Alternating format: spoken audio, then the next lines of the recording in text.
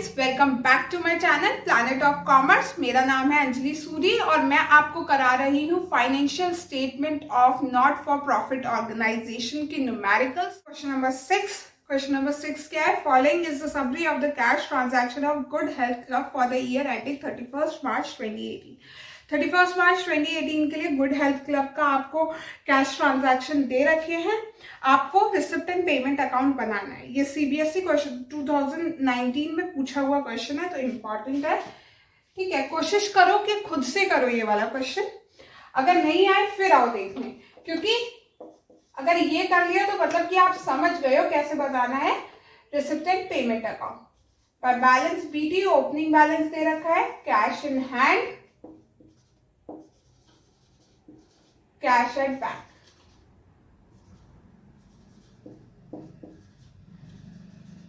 Amount हो जाएगा 70,000 and 3 lakh.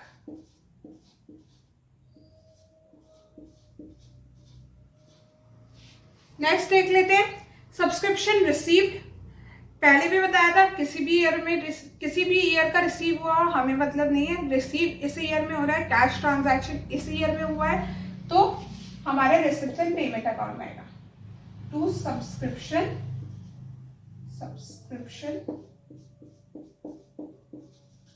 2017-18, 16-17, 17-18 and 18-19। क्या 1,40,000, 3,75,000 और लास्ट है 20,000।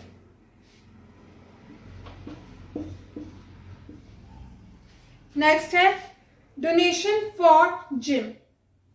तो डोनेशन फॉर जिम अगर लिखा नहीं है ना कि डोनेशन गिवन, तो वो डोनेशन रिसीव हुई है, और 90% केसेस में डोनेशन रिसीव ही हुई होती है। तो डोनेशन फॉर जिम हो जाएगा अमाउंट 1,64,000।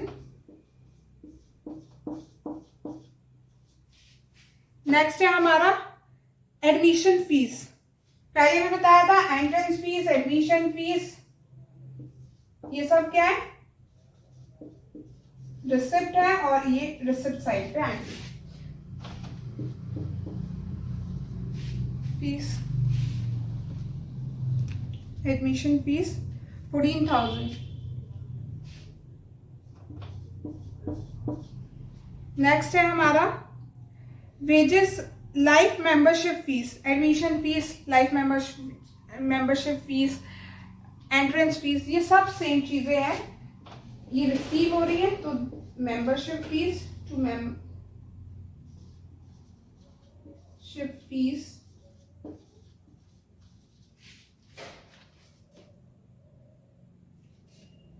45,000। पहले भी बोला है, फिर बोल रही हूँ, पुरानी वीडियोस पहले देखना, तभी समझ में आएगा। ये सारे कंसेप्ट उसमें क्लियर कर दी है, क्यों इस रिसिप्ट साइड पे आ रहा है, ये सब क्या है, सब मैंने एक्सप्लेन कर दिया है already.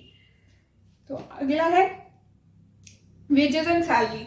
Wages and salary pay की जाती है, तो पेमेंट है ये by wages and salaries. Wages and salaries amount हो गया 55,000। नेक्स्ट है locker rent. Locker rent receipt है, रेंट रिसीव हो रहा है लॉकर का।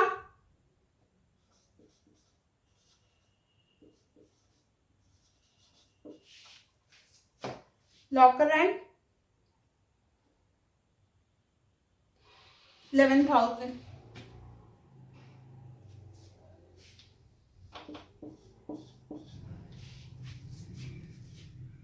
नेक्स्ट है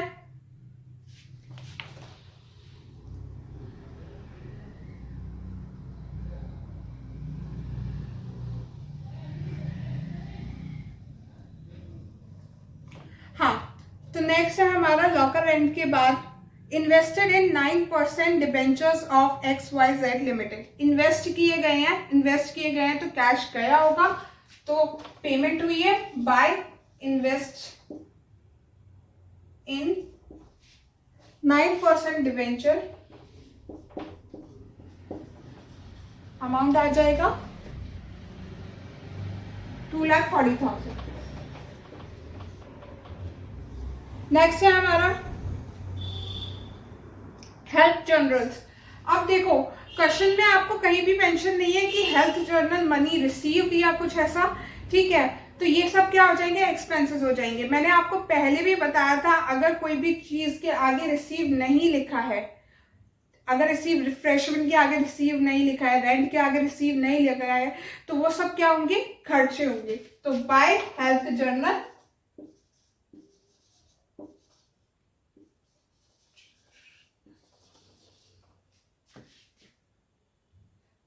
जर्नल अमाउंट आ गया 5,000।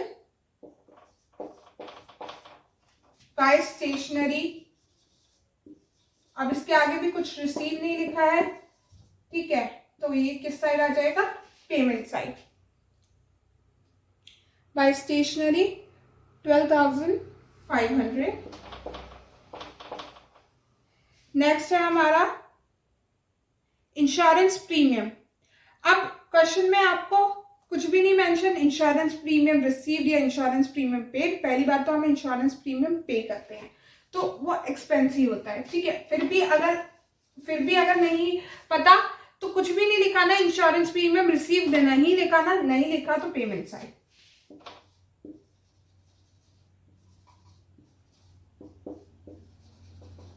बस ये कुछ पॉइंट्स हैं जो आपको दिमाग में रखने हैं, जैसे सब्सक्रिप्शन है, एडमिशन फीस हो गई, डोनेशन हो गया, लॉकर रेंट हो गया, यही सब चीजें हैं जो इस साइड आती हैं, रिसिप्ट साइड आती है।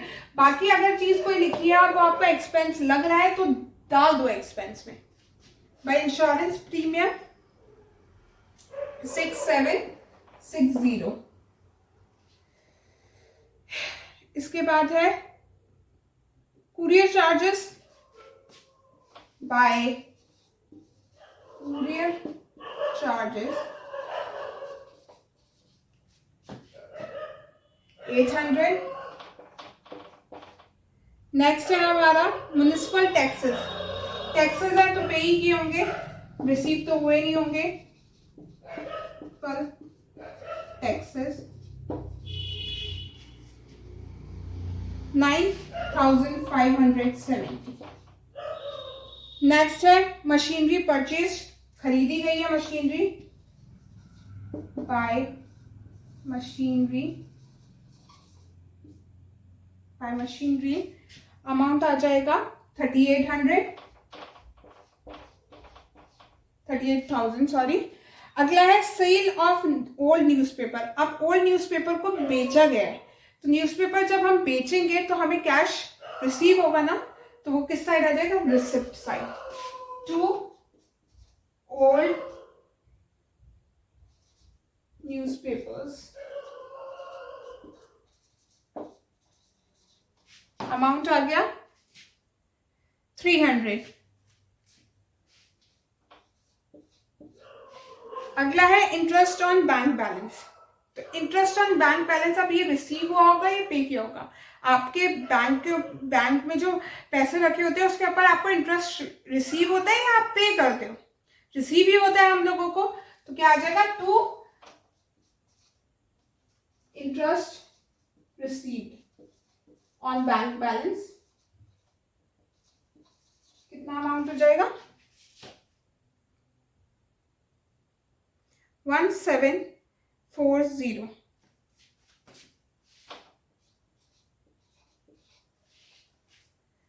अब लास्ट है कैश इन हैंड। अब कैश इन हैंड, स्टार्टिंग का कैश इन हैंड तो यहाँ आ गया, अब लास्ट में जो कैश इन हैंड है, मतलब कि at the end of the year हमारे पास जो कैश इन हैंड बचा है तो वो लिखेंगे। तो हम उसको कैसे लिखते हैं, बाय बैलेंस CD सॉरी, जो लास्ट में हमारे पास अमाउंट बचता है उसको हम ऐसे लिखते हैं, by balance CD cash in hand.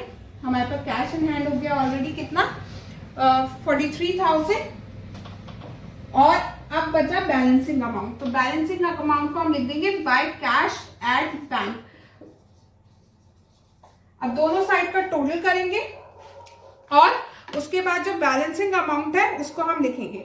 तो जब आप इस साइड का टोटल करोगे तो इस साइड का टोटल आ रहा होगा 10,41,040 और जब आप इस साइड का टोटल करोगे तो आ रहा होगा 4,10,630। अब इन दोनों को आप सब्ट्रैक्ट कर दो, 0, 1, 4, 0, 3, 6। तो ये जो बैलेंस बचा है हमारा वो आ जाएगा कैश एट बैंक में 630,410।